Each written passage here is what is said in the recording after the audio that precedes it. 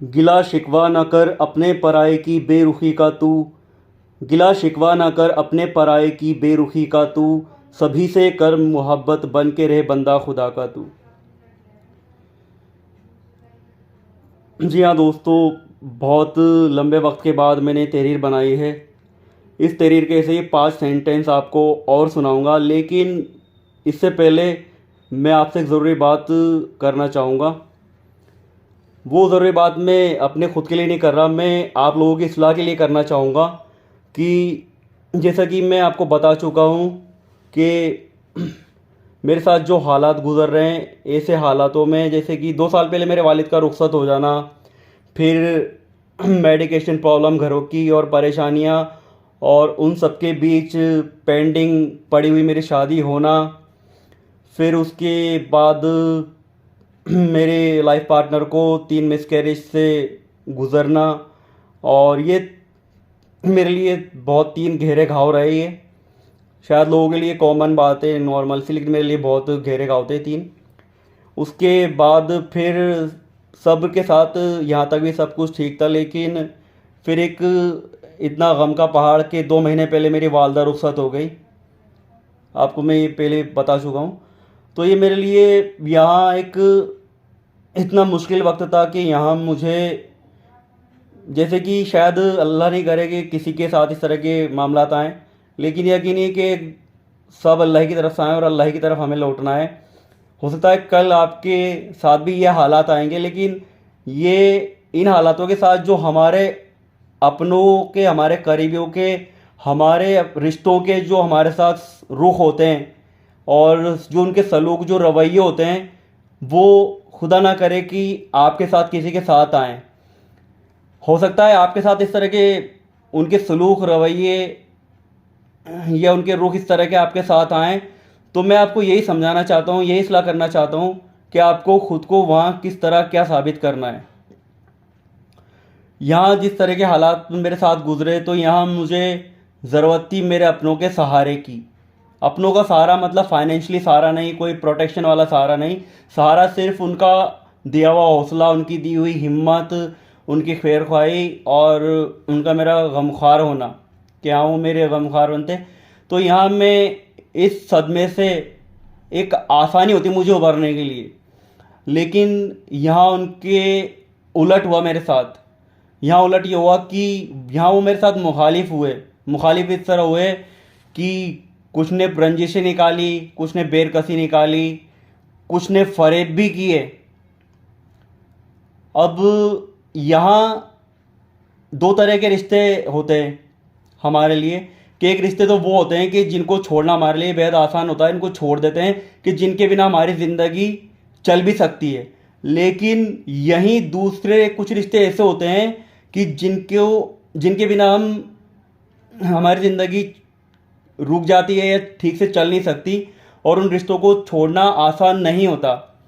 तो ऐसे रिश्तों में फिर यहाँ हमारे लिए चैलेंज खड़ा हो जाता है। एक ये हमारे लिए यहाँ चैलेंज होता है। तो यहाँ हमें हमारे उन करीबियों का, हमारे अपनों का, हमारे उन रिश्तों का शुक्र अदा करना चाहिए कि उन्होंने हमें यहाँ खुद को साबित करने का एक मौका दिया। यानी कि उन्होंने हमारे मुखालिफ होकर हमें मौका दिया है कि हम यहाँ खुद को साबित कर सकें कि हाँ, हमारा किरदार क्या है और हमारी अक़लियत क्या है। अमूमन क्या होता है कि जब रिश्तों की तरफ से इस तरह से रुख बदलते हैं, ख़राबी आती हैं, तो अमूमन इंसान उन रिश्तों को ख़राब कहकर तर्क कर देता है, छोड़ देता है। मैं इसे सही नहीं मानता। ये तर्क करने वालों की और रिश्तों को छोड़ने वालों की नाकामी है मेरी नज़र में। एक हर इंसान के अंदर काबिलियत और ख़ूबी अल्लाह ने दी है कि वो रिश्तों को संभाल सकता है, बांध सकता है, बिखरने से बचा सकता है। तो यही हमें ख़ुद को बस यही साबित करना है कि हाँ, हम में वो काबिलियत है, हम में वो खूबी है, हम में वो सलाहियत है ऊपर वाले के करम से कि हम रिश्तों को संभाल सकते हैं बुरे हालातों के अंदर, और ख़ुद को भी संभाल सकते हैं। एक साथ हम सब मैनेज करके चल सकते हैं। यहाँ हमें ख़ुद को यही साबित करना है और उन ख़राब रिश्तों का शुक्र अदा करना है कि उन्होंने हमें ये टास्क दिया। खैर, अब दूसरी बात आती है यहाँ पर, क्योंकि बात आती है सब्र की, बर्दाश्त की, जब्त की। तो यहाँ हमें अल्लाह से तवक्को रखनी है। सब्र अल्लाह की तरफ से होता है, अल्लाह सब्र देता है और बिल्कुल देता है, और प्रैक्टिकल में सब फेस कर रहा हूँ। तो यहाँ हमें सब्र रखते हुए अल्लाह से तवक्को रखनी है कि अल्लाह हमारे उन ख़राब रिश्तों को हिदायत देगा। आज नहीं तो कल, कल नहीं तो परसों, और परसों नहीं तो यहाँ के बाद, वहाँ तो उन्हें कुछ मिलेगा ही। यहाँ नहीं तो चलो वहाँ तो उन्हें कुछ होगा, फिर वो वहाँ फेस करेंगे कि जो है यहाँ वो हमारे साथ कर रहे हैं या करते हैं। यही सोचकर सब्र के साथ इंसान रिश्तों को बांधे रखे और उन ख़राब रिश्तों को भी खुद से अलग ना करे, तोड़े नहीं, उन ख़राब रिश्तों को भी अच्छा बनाकर बांधने की कोशिश करे। इसी में ज़िंदगी की खूबसूरती है। फिर भी यहाँ कुछ रिश्ते जो होते हैं हद से ज़्यादा आगे गुजर जाते हैं, हद से ज़्यादा खराबियाँ कर देते हैं, और बिल्कुल ही एक कौन सी बदगुमानी में या कौन से फितूर में वो जीने लगते हैं। तो उन रिश्तों के लिए सिर्फ मैं 2 लाइन ही कहना चाहूँगा। 2 लाइन ये है कि मेरे नन्हे नन्हे ख्वाबों को तबाह करने वालों, मेरे दुखे दिल की आहें तुम्हारे साथ रहेंगी इंशाअल्लाह, आमीन। और अब मैं आपको वो अपनी तहरीर सुना दूं जो मैंने मेरे इन 2 सालाना मौजूदा हालातों पर मोटिवेट करने के लिए बनाई है ख़ुद को। और शायद अगर किसी को ठीक लगे तो शायद वो भी मोटिवेट हो सके मेरी इस तहरीर से, मेरे इन बिखरे हुए अल्फाजों से, मेरी इन आड़े तिरछी लकीरों से। तो मेरी ये तहरीर कुछ यूँ इस तरह है। गिला शिकवा ना कर अपने पराये की बेरुखी का तू, गिला शिकवा ना कर अपने पराये की बेरुखी का तू, सभी से कर मोहब्बत बन के रह बंदा खुदा का तू।